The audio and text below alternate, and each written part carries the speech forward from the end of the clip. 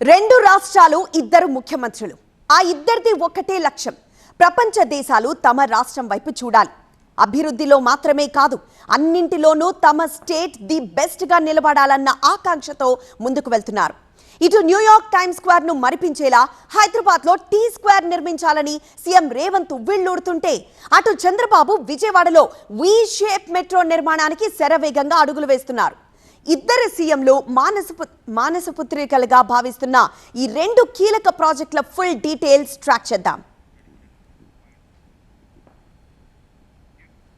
హైదరాబాద్ సిగలో మరో అద్భుతం ఆవిష్కృతం కాబోతోంది. న్యూయార్క్ టైమ్స్ స్క్వేర్ లా మనకు మల్టీపర్పస్ హబ్ రాబోతోంది. ఐటీ డెస్టినేషన్ రాయదుర్గంలో టీ స్క్వేర్ పేరిట భారీ టవర్స్ ను నిర్మించాలని ఇప్పటికే నిర్ణయించిన రేవంత్ సర్కార్ నవంబర్ నెలాఖరు నాటికి పనులు ప్రారంభించాలని ఇవాళ అధికారులకు దిశానిర్దేశం చేసింది.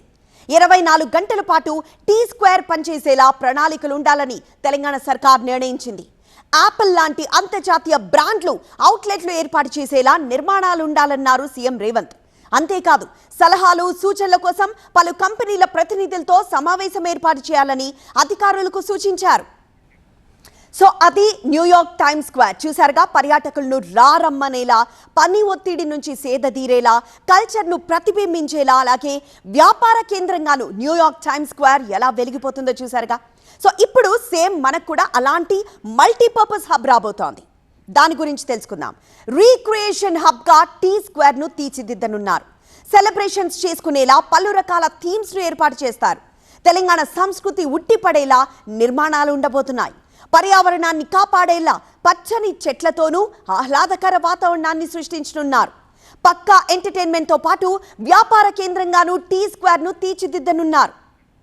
సో అది టీ స్క్వేర్ తెలంగాణలో. ఇక ఏపీ విషయానికి వద్దాం. ఏపీలో దేశంలోని అన్ని ప్రధాన రాష్ట్రాల్లో మెట్రో రైల్ సదుపాయం ఉంది, కానీ ఏపీలో మాత్రం లేదు.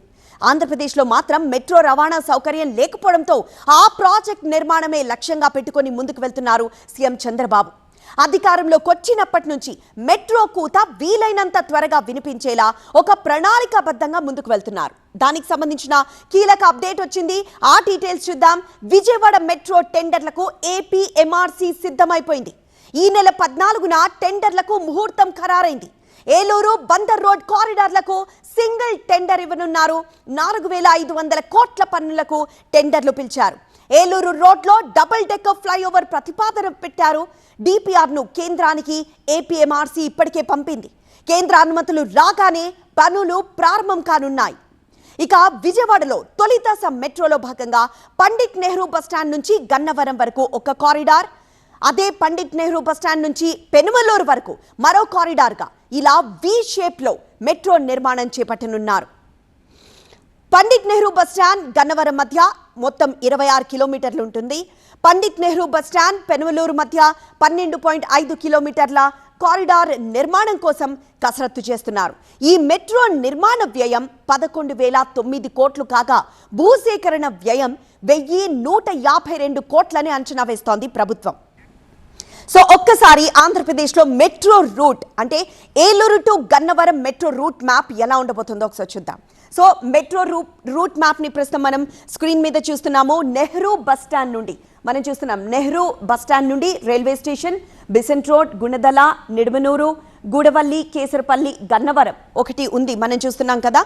సో ఈ నెహ్రూ బస్టాండ్ నుండి ప్రారంభమై railway station, Besant road, Gunadala, Nidamanuru, ఇటు గూట్లవల్లి, కేసరపల్లి, గన్నవరం వరకు వెళ్తుంది ఒక మెట్రో. అండ్ ఇక Bandar to Penumaluru metro rail విషయానికి వస్తే నెహ్రూ బస్టాండ్ నుండి, ఇందాక కూడా నెహ్రూ బస్టాండ్ నుండే స్టార్ట్ అయింది. సో నెహ్రూ బస్టాండ్ నుండి municipal stadium, Benz circle, Autonagar, Kanuru centre, Porangi నుండి పెనుమలూరుకి వెళ్ళబోతోంది. సో ఇది విజయవాడలోని 2 కారిడార్ల మెట్రో రూట్స్. సో మొత్తం ఒకవైపు టీ స్క్వేర్ ను నిర్మించి తెలంగాణ వైపు ప్రపంచ దేశాలు చూసేలా రేవంత్ రెడ్డి ఉవ్విళ్లూడుతూ ఉంటే, అటు ఏళ్లుగా ఏపీ వాసులు ఎదురు చూస్తున్న మెట్రో కలను సాకారం చేసేందుకు దూకుడుగా ముందుకు వెళ్తున్నారు చంద్రబాబు.